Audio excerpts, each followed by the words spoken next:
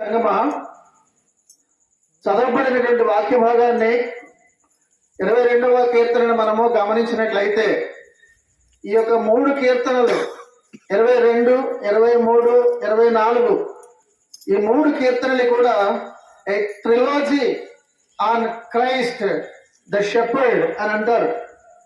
అనగా క్రీస్తు గురించి ఒకదానితో ఒకటి సంబంధము కలిగినటువంటి ముడిపడి ఉన్నటువంటి కీర్తనలు ఈ 3 కీర్తనలు కూడా. 22వ కీర్తన అయితే మంచి కాపరి అని అంటారు. అనగా మంచి కాపరి తన గొర్రెల కొరకు తన ప్రాణము పెట్టునమాట. The good shepherd dies for the sheep. 23వ కీర్తన అయితే గొప్ప కాపరి అని అంటారు. The great shepherd lives for the sheep and cares for them.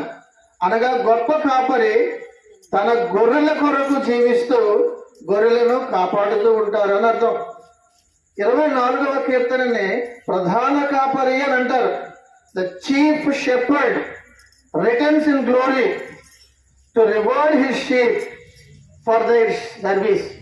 అనగా ప్రధాన కాపరిగా ఉన్నటువంటి ప్రభు అయినటువంటి యేసుక్రీస్తు తన మహిమలో తిరిగి వచ్చి అందరికీ కూడా తన గొర్రెలకు తగిన బహుమానం ఇస్తారని మనం అందరం కూడా మాటలు చూస్తున్నాం. కాబట్టి ఈ యొక్క 3 కీర్తనలకి చాలా ప్రాముఖ్యత ఉన్నది. అందులో ఈ దినాన్ని 22వ కీర్తనని కొంత భాగాన్ని దినాన్ని మనము ధ్యానిద్దాం. సువార్తలలో హెబ్రీ పత్రికలో కూడా ఎక్కువగా ఈ యొక్క కీర్తనలో ఉన్నటువంటి విషయాల్ని కోట్ చేయడం మనము చూస్తూ ఉంటాం. దావీదు ప్రవక్త, అది రిఫరెన్స్ చేయొద్దు కానీ అపోస్తలుల కార్యాలు 2:30 చూస్తాం దావీదు ప్రవక్త అని. దావీదు ప్రవక్త కనుక ఈ కీర్తనలో యేసుక్రీస్తు యొక్క మరణము పునరుద్ధానాన్ని కూడా ఫోర్కాస్ట్ చేశాడు. అనగా ప్రవచించాడు, ముందుగానే తెలియజేశాడు. ఒక ప్రవక్తగా దావీదుకు కలిగినటువంటి ఒక తీవ్రమైనటువంటి భారము గురించి ఇందులో మనము చూస్తాం. తనకు ఉన్నటువంటి ఆ యొక్క భారము వలన దేవుని యొక్క సహాయము కొరకు దేవుని ప్రార్థించడము ఈ యొక్క కీర్తనలో మనము చూస్తాం. ఈ మాటలు ఈ 22వ కీర్తనలో ఉన్నటువంటి మాటలు యేసుక్రీస్తుకు కూడా వర్తిస్తాయి. 22 మొదట్లో ఏమనుందంటే, నా దేవా నా దేవా నీవు నన్నేలా విడనాడెత్తువని చూస్తున్నాం. కనుక ఇక్కడ ఈ కీర్తనలో ప్రారంభమే నా దేవా నీవు నన్నేలా విడిచితివి అన్న మాటే మనల్ని కల్వరి దగ్గరికి తీసుకెళ్తుంది. ఈ యొక్క మాట కల్వరి యొక్క శ్రమలను వెంటనే మనకి ఈ మాట చదివిన వెంటనే అందరికీ కూడా ఎక్కడికి వెళ్ళిపోతాం? కల్వరి దగ్గరికి వెళ్ళిపోతాం. కనుక ప్రియమైనటువంటి దేవుని సంగమా, కీర్తనలోని యొక్క ప్రారంభ మాటలే మనల్ని కల్వరి దగ్గరికి తీసుకెళ్తున్నాయి అన్న విషయాన్ని జ్ఞాపకం చేస్తున్నాం. యేసుక్రీస్తు వారు శిలువ వేసినప్పుడు మధ్యాహ్నము 12 గంటల నుండి 3 గంటల వరకు ఆ దేశం అంతా కూడా చీకటి అయిపోయినప్పుడు ఆ చీకటి ముగిసేటటువంటి ఆఖరి క్షణములో అన్నటువంటి మాటే నా దేవా నీవు నన్నేలా విడనాడితివి అన్న మాట మనం చూస్తున్నాం. నన్ను రక్షింపక నా ఆర్తధ్వని వెనక నీవేళ దూరముగా ఉన్నావని మాట మనం ఇక్కడ చూస్తున్నాం. ప్రియమైనటువంటి దేవుని సంగమం, ఈ మాటలలో మనకి ఏంటి అర్థమవుతుంది అని అంటే, నన్నేల విడనాడితివి అని అంటే అర్థం ఏంటంటే అంతవరకు కలిసి ఉన్నారని అర్థం. దేవా నన్నేల విడనాడితివి ఆ మాట జాగ్రత్తగా అబ్జర్వ్ చేస్తే అంతవరకు ఇద్దరు కలిసే ఉన్నారన్నమాట, తండ్రి కుమారుడు అని. ఆ మాట మనం రెఫరెన్స్ చూద్దాం ఒకసారి. యోహాను సువార్త 16:32 మనం చూస్తాం. యోహాను సువార్త 16:32 చూస్తే, ఇదిగో మీలో ప్రతి వాడును ఎవరి ఇంటికి వాడు చెదిరిపోయి నన్ను ఒంటరిగా విడిచిపెట్టిన గడియ వచ్చుచున్నది వచ్చే ఉన్నది. అయితే తండ్రి నాతో ఉన్నాడు కనుక నేను ఒంటరిగా, తండ్రి నాతో ఉన్నాడు కనుక. కాబట్టి తండ్రి తనతోటే ఉన్నారు. అన్న విషయాన్ని విడిచిపెట్టేవేంటి అన్న మాటను బట్టి మనకు అర్థమవుతుంది. అలాగే యేసు తండ్రితో అంటున్నారు, నా దేవా నీవు నన్ను ఎలా విడనాడెత్తివి అన్న మాట జ్ఞాపకం చేస్తున్నాడు. శిలువపై యేసు ఆయన్ని పాపముగా చేసుకున్నాడు. ఆయన శిలువపై యేసును మన కొరకు శాపముగా తండ్రి మార్చేశాడు. అసలు యేసు ఎందుకు శాపముగా మారవలసి వచ్చింది? మనపై ఉన్నటువంటి శాపము ఆయనపై వేసుకొని ఆ శాపానికి నీ మీద ఉన్నటువంటి నీ శాపానికి నువ్వు అనుభవించవలసినటువంటి ఆ శిక్షను నువ్వు అనుభవించకూడదని నీ శాపాన్ని, నా శాపాన్ని, లోక శాపాన్ని ఆయన వీపుపై వేసుకున్నారన్న విషయాన్ని మనము జ్ఞాపకం చేసుకుంటాం. ఇప్పుడే మనం అసలు మనకు ఉన్నటువంటి శాపము ఏంటి, మానవులుగా మనందరి మీద ఉన్నటువంటి ఆ యొక్క శాపం ఏంటో ఒకసారి చూద్దామా? మత్తయి సువార్త 25వ అధ్యాయము 41వ వచనంలో మనము చూసినట్లయితే మన మీద ఉన్నటువంటి శాపం ఏదో మనకు తెలుస్తుంది. అప్పుడు ఆయన ఎడమ వైపున ఉండి వారిని చూసి, శపింపబడిన వారులారా, నన్ను విడిచి అపవాదికిని వాని దూతలకును సిద్ధపరచబడిన నిత్యాగ్నిలోనికి. కాబట్టి శపింపబడిన వారులారా అన్న మాట అంటున్నాడు. ఎందుకు శపింపబడిన వారు అని అంటే, యేసుకు ఎడమ వైపు ఉన్నటువంటి వారందరూ కూడా శపింపబడిన వారు. ఆయన తన మహిమతో, మనుష్య కుమారుడు ఆయనతో కూడా సమస్తమైనటువంటి దూతలతో వచ్చినప్పుడు సమస్త జనులు కూడా ఆయన ఎదుట పోగు చేయబడి, అప్పుడు గొల్లవాడు మేకలలో నుండి గొర్రెలను వేరుపరచినట్లుగా ఆయన వారిని వేరుపరిచి తన కుడివైపున ఉన్నటువంటి గొర్రెలతో అన్నటువంటి మాట ఏమిటనంటే, రాజు తన కుడివైపున ఉన్న వారిని చూచి, నా తండ్రి చేత ఆశీర్వదింపబడిన వారులారా రండి, లోకము పుట్టినది మొదలుకొని మీ కొరకు సిద్ధపరిచిన రాజ్యమును స్వతంత్రించుకోండి. కనుక ఆశీర్వదించబడిన వారులారా అని కుడివైపున వారితో అంటే, మేకల గుంపులో ఉండి పాపము చేస్తున్నటువంటి వారు, శపింపబడినటువంటి వారిని, ఎడమవైపున వారినటువంటి పరిస్థితే నిత్యాగ్ని. అదే అంటే అప్పుడు ఆయన ఎడమవైపున ఉన్న వారిని చూచి, శపింపబడిన వారులారా, నన్ను విడిచి అపవాదికిని దూతలకును సిద్ధపరిచిన వాని దూతలకు జాతి చదవాలి. కనుక ఇక్కడ అసలు నిత్యాగ్ని నీ కొరకు నా కొరకు సిద్ధపడుతుంది కాదు, అపవాదికిని అపవాది తాలూకా దూతలకును వారి కొరకు సిద్ధపరిచినటువంటి ఆ నిత్యాగ్నికి నువ్వు వెళ్ళవలసినటువంటి పరిస్థితి ఎప్పుడు వస్తుందనంటే, నువ్వు శపింపబడినప్పుడు. నువ్వు ఎప్పుడు శపింపబడతావనంటే నీలో పాపము ఉన్నప్పుడు. కనుక ప్రియమైనటువంటి దేవుని సంగమా, ఈ దినాన్న క్రీస్తును నువ్వు ఎరగకపోతే, క్రీస్తును ఎరగని వారు అపవాదికిని వాని దూతలకు సిద్ధపరిచినటువంటి నిత్యాగ్నికి ఆహుతి అవ్వక తప్పదానికి ఇది నాన్న దేవుడు తెలియజేస్తున్నారు. ఆ శాపము నిత్యాగ్నికి నీలో ఒకవేళ పాపం ఉంటే, ఆ పాపం బట్టి నీవు శాపగ్రస్తురాలివై నిత్యాగ్నిలోనికి నువ్వు వెళ్ళకూడదని ఆ శాపాన్ని ఆయన మీద వేసుకున్నారు. కనుక నీకు ఇది నాన్న యేసును నమ్మిన వారికి శాప విమోచన, నీకు శాపము లేదు ఇది నాన్న. ఇంకా నువ్వు యేసుక్రీస్తుని నమ్మకుండా ఉన్న యొక్క ఎడమవైపున్న గొర్రెల లిస్టులో ఉంటే, మేకల యొక్క గుంపులో ఉంటే, ఇంకా నిత్యాగ్నిలోనికి దగ్గరికి వెళ్ళడానికి ఆ సెగ నీకు తగులుతుందనే అర్థం. ప్రియమైనటువంటి దేవుని సంగమా, ఇది నాన్న దేవుడు చెప్తున్నారు, నువ్వు ఎంతో పాపం చేసావు, శాపగ్రస్తురాలు అయ్యావు, కానీ యేసుక్రీస్తుని నమ్ముకున్నటువంటి నీకు ఇది నాన్న దేవుడు చెబుతున్నటువంటి శుభవార్త ఏంటంటే, నిన్ను ఆ నిత్యాగ్నికి పంపించకుండా ఆ శాపాన్ని నా మీద వేసుకుంటున్నానని యేసుక్రీస్తు వారు చెప్తున్నారు. అందుకనే ఆ శాపాన్ని, నీ శాపాన్ని, నా శాపాన్ని ఆయన వీపుపై వేసుకున్నారు. కనుక తండ్రి చెయ్యి విడిచేశారు. ఆయన పరిశుద్ధుడు కనుక శాపము గాని పాపము గాని ఉన్న వారిని ముట్టుకోరైనా, కొడుకైనా ఎవరైనా సరే. అందుకనే యేసుక్రీస్తుని చెయ్యి విడిచవలసి వచ్చింది.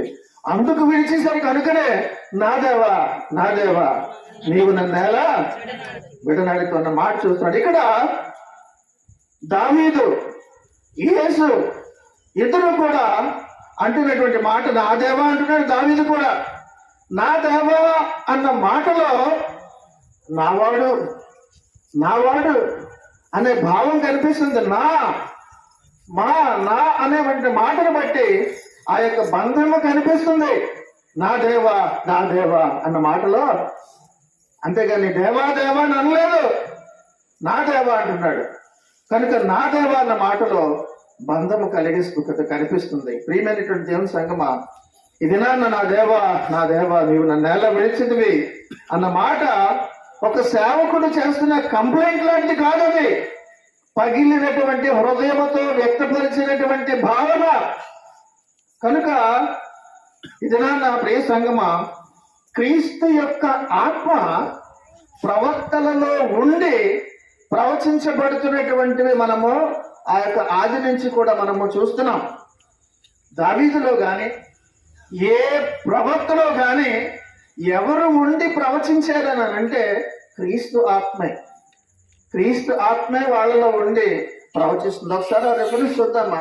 పేతురు రాసిన మొదటి పత్రిక 1వ అధ్యాయము 11వ వచనంలో ఒకసారి చూద్దామా? వాటి తరువాత కలుగు మహిమలను మీకు కలుగు 1:11 మీకు కలుగు, అక్కడి నుంచి మీకు కలుగు ఆ కృపను కూర్చి ప్రవచించిన ప్రవక్తలు ఈ రక్షణను గూర్చి పరిశీలించుచు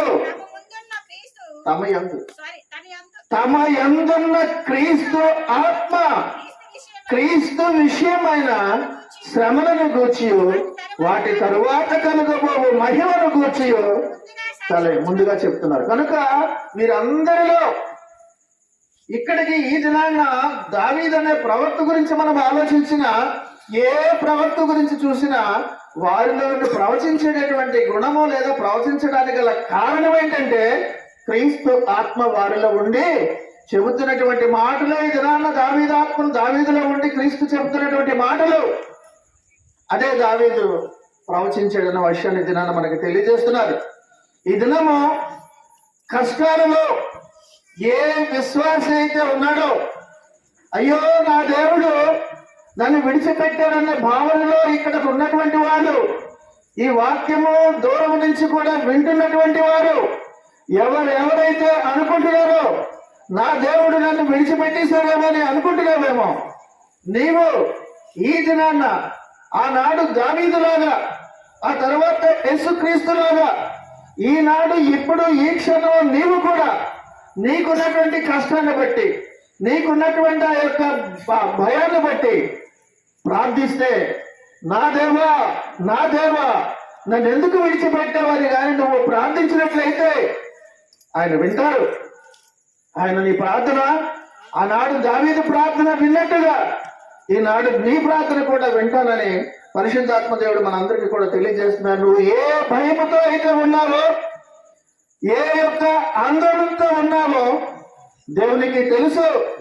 దేని విషయమై నువ్వు ఎర్నెస్ట్ గా తీవ్రముగా నువ్వు ఆలోచిస్తున్నావో, ఏ విషయమైతే దేవునికి గొగ్గోలు పెడుతున్నావో, నీ కుటుంబ విషయం, నీ కూతురి విషయం, నీ కొడుకు విషయం, నీ వ్యక్తిగత విషయం, దాన్ని బట్టి నీవు ఈ దినాన్న దావీదులాగా నా దేవా నా దేవా అని నువ్వు మొరపెడితే నేను నీ ప్రార్థన వింటున్నాను అంటున్నారు.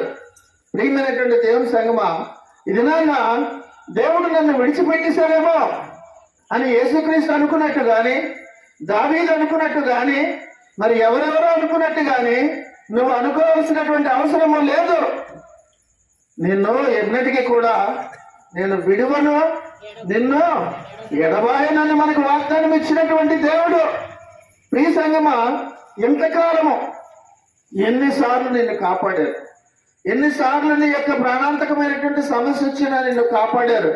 అవన్నీ కూడా ఇప్పుడు నీకున్న కష్టాన్ని బట్టి గతంలో నిన్ను కాపాడినటువంటి అంశములన్నీ కూడా మబ్బు వెనుక ఉన్నట్టుగా ఉండిపోయి నీకు ప్రస్తుతం ఉన్నటువంటి కష్టాన్ని బట్టి నీకు అవేమి కూడా గుర్తుకు రావు.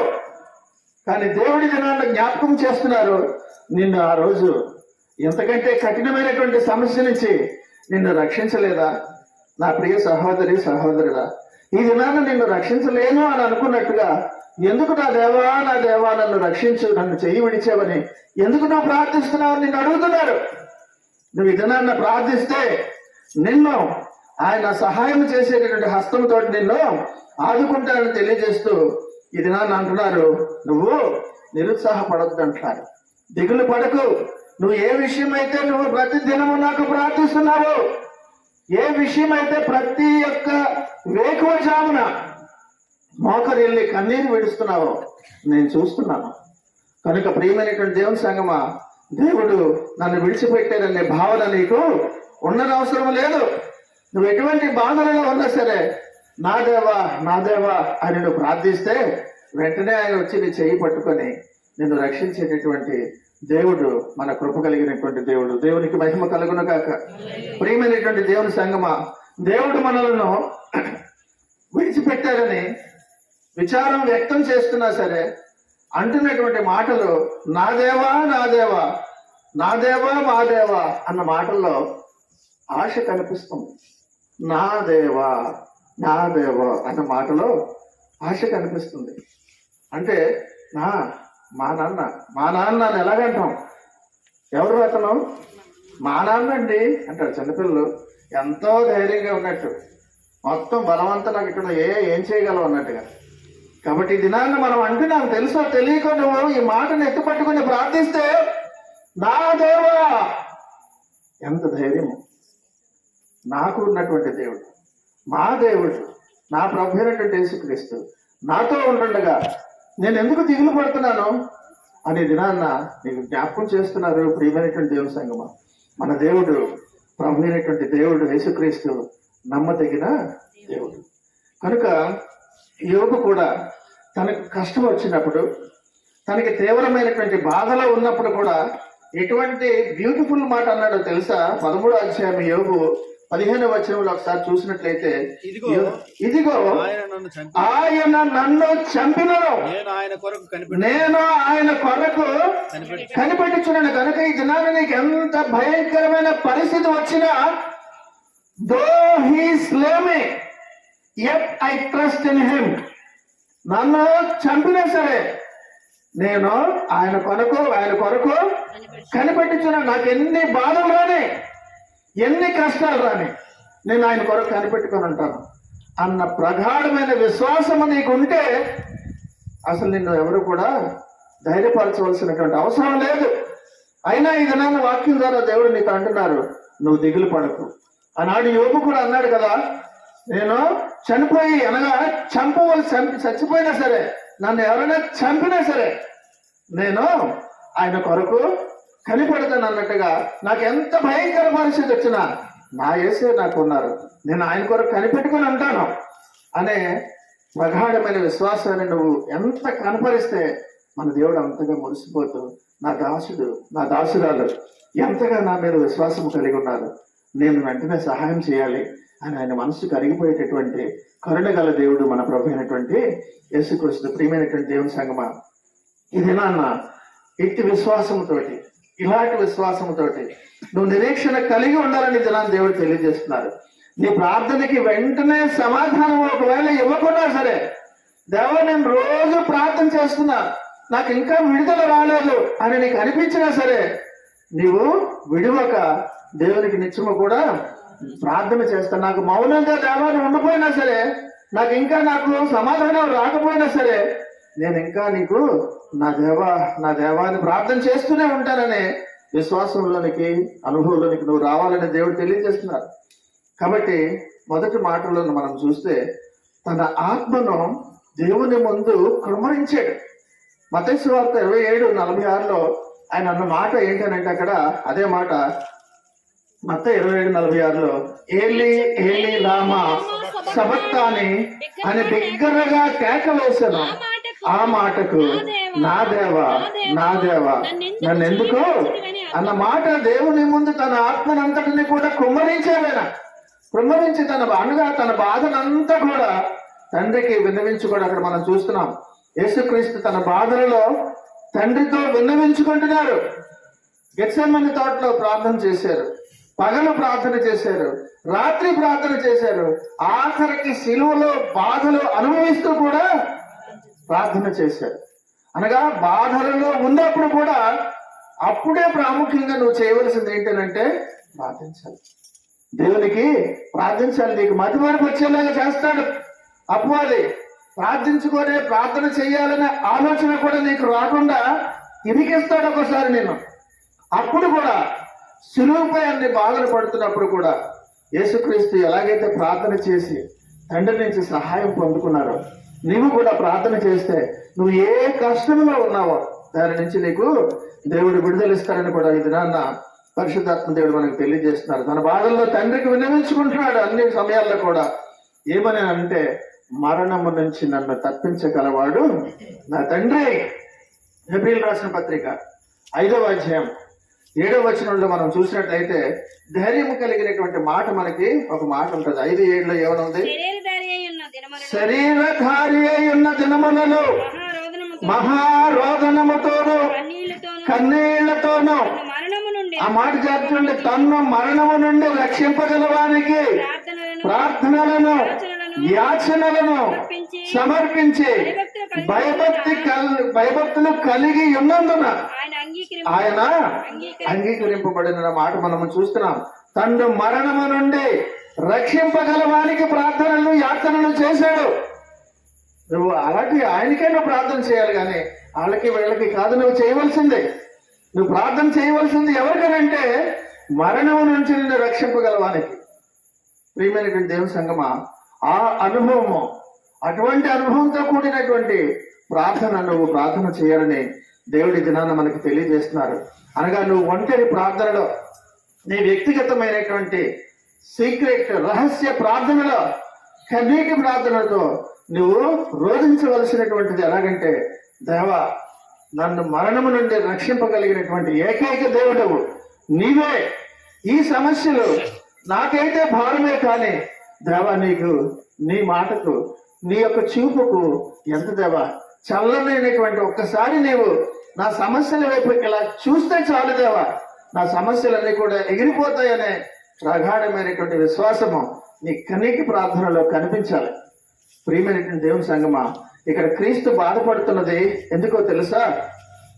శరీరం అంతా దెబ్బలున్నాయి, రక్తము కారుతుంది, ఎక్కడా కూడా ఒక చిన్న ఇది కూడా ఖాళీ లేకుండా అంతగా తీవ్రంగా దున్నినట్టుగా ఆయన యొక్క వీపంతా కూడా చేయబడి, ఎక్కడ కూడా మాంసము అన్నదంతా కూడా దున్నినట్టుగా అయిపోయినటువంటి పరిస్థితిలో ఆ బాధలన్నిటికన్నా యేసుక్రీస్తును బాధించినటువంటి బాధ ఏంటంటే తండ్రి విడిచిపెట్టేశారు.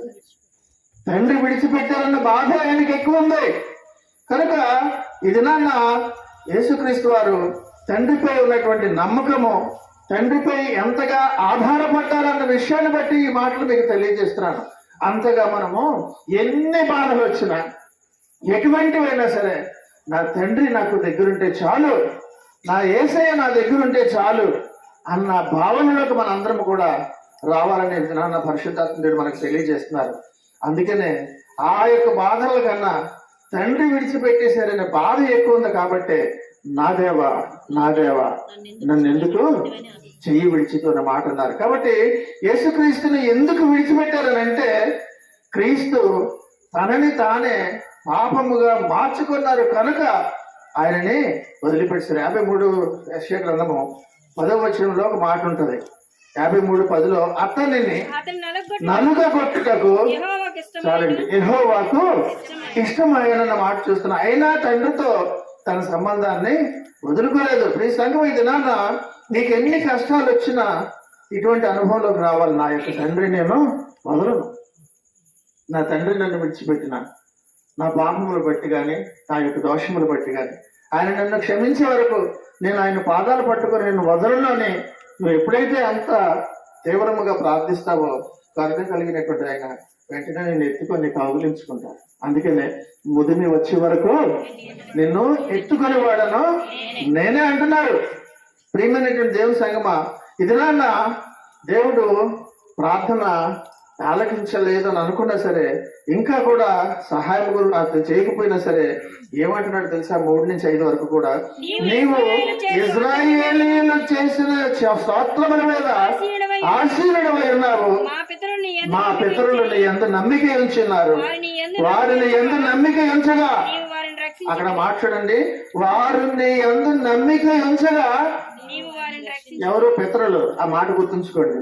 నీవు వారిని రక్షించినవి, వారు నీకు మొర్రపెట్టి విడుదల నొందిరి. నీ యందు నమ్మిక ఉంచి సిగ్గుపడకపోయిరి. దేవుని యందు నమ్మిక ఉంచుకున్న వారు ఎప్పుడు కూడా సిగ్గుపడరు. సిగ్గుపడేటువంటి పరిస్థితి ఎప్పుడు కూడా నీకు రానివ్వరు. నా కుమారుడు, నా కుమార్తె తలెత్తుకొని ఉండాలని ఆలోచించేటటువంటి దేవుడు మన దేవుడు, ప్రభు అయినటువంటి యేసుక్రీస్తు, మన పితరుల తండ్రి. ప్రియమైనటువంటి దేవుని సంగమా, మన పితరులను కాపాడినటువంటి మన తండ్రి, మన పరమ తండ్రి, ప్రభు అయినటువంటి యేసుక్రీస్తు గురించి ఇక్కడ ఏమంటున్నారంటే, వారు యేసుక్రీస్తు అదే ధైర్యంతో ఉన్నారు. ఏ ధైర్యం అని అంటే, ఆ పితరులు అనగా, ఇందాక వాక్యం జ్ఞాపకం ఉంచుకోండి, అందుకన్నాను. పితరులు నోవహు చూసుకున్నా, యోసేపు చూసుకున్నా, యోనా చూసుకున్నా, దావీదు చూసినా, వీరందరినీ కూడా అనేక మంది ఇంకా చాలా మంది ఉన్నారు. వాళ్ళందరినీ తగిన కాలమందు ఆయన కాపాడారు కదా. వాళ్ళందరినీ అలాగే పితరుల్ని ఎలాగ కాపాడారో ఆ నమ్మకం నాకు ఉంది. అలాగే నన్ను కూడా కాపాడుతావని. అలాగే ఈ దినాన్న నీవు కూడా ఈ యొక్క గ్రంథంలో నేను చదివినటువంటి అందరినీ కూడా దేవా, అక్కడి నుంచి నోవహు దగ్గర నుంచి చూసుకుని వచ్చిన ప్రతి ఒక్కరిని కూడా తగిన సమయంలో నువ్వు కాపాడుతూ వచ్చావు కదా. నన్ను కూడా నాకున్న ప్రస్తుత ఇబ్బందుల నుంచి, సమస్యల నుంచి తగిన కాలంలో నువ్వు కాపాడుతావని విశ్వాసం నాకు ఉంది దేవా అని నువ్వు ప్రార్థించాలి. ఆ అనుభవంలోనికి రావాలని కూడా ఇది నాన్న దేవుడు మనకి తెలియజేస్తున్నారు. అందుకని యెషయా గ్రంథము 50వ అధ్యాయము 7వ వచనంలో ఒక మాట చూస్తాం. ఏమనంటే, ప్రభువు యెహోవా నాకు సహాయము చేయవాడు కనుక నేను సిగ్గుపడలేదు. చాలండి. కనుక ప్రభువు యెహోవా నాకు సహాయము చేయవాడు గనుక నేను సిగ్గుపడను. నువ్వు సిగ్గుపడవలసినటువంటి అవసరము, పరిస్థితి రానివ్వరు. ఇదనము నీతో అంటున్నారు, పితరులందరినీ కూడా తండ్రిలాగా కాపాడినటువంటి దేవుడు కుమారుడైనటువంటి యేసుక్రీస్తు వరకు వచ్చేసరికి ఆయన్ని మాత్రం కాపాడకుండా శిలువకి ఎందుకు అప్పగించారో తెలుసా? కుమారుడి కంటే ఎక్కువగా నిన్ను నన్ను ప్రేమిస్తున్నారు కనుక నిన్ను నన్ను లోకాన్ని కాపాడడానికి ఆఖరికి కుమారుని కూడా ఆయన చెయ్యి విడిచేశారు. అది గమనించవలసినటువంటి తండ్రి అయినటువంటి దేవునికి మన పట్ల కుమారుని కంటే ఎక్కువగా ఎంత ప్రేమ ఉన్నదో ఈ మాటను బట్టి, చెయ్యి విడిచిపెట్టడాన్ని బట్టి మనకి అర్థం అవ్వలేదా? కనుక ప్రియమైనటువంటి దేవుని సంగమా, ఇది నాన్న పితరులందరూ కూడా గౌరవించబడ్డారు. ఈ లోకం వారిని గొప్పవారుగా చూసింది. అబ్రహాముని గొప్పగా చూశారు, మోషేని గొప్పగా చూశారు, ఇంకా దావీదుని గొప్పగా, ఇలాగ అనేక మందిని గొప్పగా చూశారు. కానీ యేసుక్రీస్తుని మాత్రము పురుగుగా చూశారు. ఒక నరుడే, ఒక పురుగే వీడు అన్నగా చూశారు. వీళ్ళందరినీ, పితరులందరినీ గొప్పవాళ్ళుగా చూశారు. కానీ యేసుక్రీస్తుని మాత్రం 6వ వచనంలో ఏమన్నారండి? నేను నరుడను కాను. చాలండి. అనగా ఒక పురుగుగా కూడా ఆయన అంతగా ఎందుకు తగ్గించుకున్నారు అని అంటే, ఒక పురుగునైతేనే కాలు కింద వేసి నువ్వు తొక్కగలవు. కాలు కింద వేయబడి తొక్కబడడానికి ఇష్టపడ్డారు కనుక ఆయన పురుగుగా కూడా అవడానికి అంతగా తగ్గించుకున్నారు. అందుకే మాట అన్నారు, నేను నరుడను కాను పురుగును. అనగా నేను పురుగులాగే అంతగా తగ్గించుకున్నాను. పర్వాలేదు, నన్ను ఇంకా కాళ్ళ కింద వేసి తొక్కండి, ఇంకా నన్ను కొట్టండి, ఎంతగా నువ్వు చేయగలుగుతారో, నీకు ఎంతవరకు ఇష్టమో చేయండి అని పురుగుగా కూడా ఆయన మారిపోయి, అంటే అంతగా స్థితికి దిగజారిపోయి కావాలని ఆయన నువ్వు నన్ను ట్రాంపుల్స్ అయ్యి తొక్కు అని ఎందుకన్నారు అని అంటే, నీ గురించి నా గురించి అని ఇది నాన్న దేవుడు మనకి తెలియజేస్తున్నారు. ప్రియమైనటువంటి దేవుని సంగమా, ఆయన యేసుక్రీస్తు ఎవరనంటే ఆయన మనకు అనుగ్రహింపబడిన ఒక ఆశ్చర్యకరమైనటువంటి బహుమానం, అంతటి అపురూపమైనటువంటి బహుమానాన్ని ఆఫ్టర్ ఆల్ ఒక చిన్న మెడలో ఇంత ఇస్తేనే నీకు షెల్ఫ్ లో పెట్టుకొని నాకు వాళ్ళని ఇచ్చారని రోజు పెట్టుకొని చూసుకొని 10 మందికి చెప్పుకుంటావే, నీ జీవితానికే గొప్ప బహుమానమైనటువంటి ప్రభు అయినటువంటి యేసుక్రీస్తుని ఏ గుండెల్లోనూ పెట్టుకున్నావు, ఏ అలమరలో పెట్టుకొని బంధించేసి నువ్వు మటుకు నువ్వు జీవిస్తున్నావు. నీ హృదయంలో నిజంగా పెట్టుకుంటే నీ జీవితం ఇలా ఉండి ఉండకపోను. ప్రియమైనటువంటి దేవుని సంఘం, ఈ దినాన్న పరిశుద్ధాత్మ నీతో అంటున్నారు, ఈ దినాన్నైనా ఆ ఆశ్చర్యకరమైనటువంటి ఆ యొక్క గొప్ప బహుమానాన్ని అక్కడ ఇక్కడ నువ్వు పెట్టడం కాదు, నీ గుండెల్లో పెట్టుకో, నీ హృదయంలో పెట్టుకొని అనుక్షణము కూడా నువ్వు దాచుకో. నీ హృదయంలో ఎప్పుడైతే వాక్యం ఉంటుందో, నీ హృదయంలో ఎప్పుడైతే జీవము కలిగినటువంటి దేవుడు ఉంటారో, నువ్వు పాపము చేయలేవు. కనుక ఇది నా దేవుడు చెప్తున్న మాట నీ గుండెల్లో పెట్టుకో.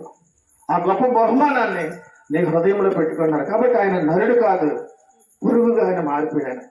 మొదటి ఆదాముగా కూడా మారిపోయాడు, రెండవ ఆదాము అవడానికి, అనగా ఆయన నశింపబడ్డానికి, ఏనోషులాగా అవడానికి కూడా ఆయన ఇష్టపడ్డాడు.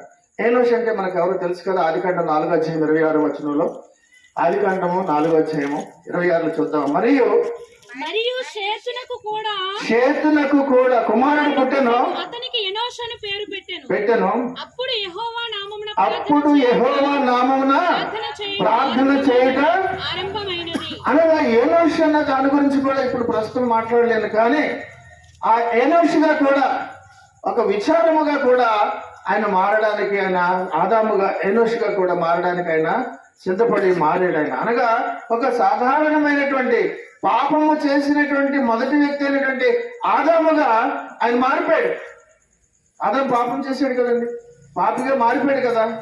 ఈయన కూడా అలాగే మారిపోయి రెండవ ఆదాముగా రావడానికి అలా మారిపోయి ఆ పాపాన్ని అంతటిని కూడా ఆయన మీద ఆయన వేస్తున్నారు. కాబట్టి ఇంకా చెప్పాలనంటే మనం గమనిస్తే ఆయన ఎలాగ ఆయన అయ్యాడనంటే యెషయా 52:14 చూస్తాం. నిన్ను చూచి 52:14 నిన్ను చూచి ఏ మనిషి రూపము కంటే అతని ముఖమును నర రూపము కంటే అతని రూపమును చాలా వికారమని చాలా మంది ఎలాగూ చాలండి అంతవరకు. తర్వాత మళ్ళీ చదివితే మీకు అర్థమవుతుంది. అలాగా ఆయన ముఖం ఎలాగైపోయిందంటే ఆ యొక్క వికారమైనటువంటిది, ఎక్కడ కూడా స్వరూపమైన లేదన్న మాటలు అవన్నీ కూడా మనం చూస్తాం. కనుక విస్మయ పుట్టించాము అన్నట్టుగా ఆయన యొక్క రూపం ఆ విధంగా మారిపోయినా సరే దానికి కూడా సిద్ధపడిపోయారు.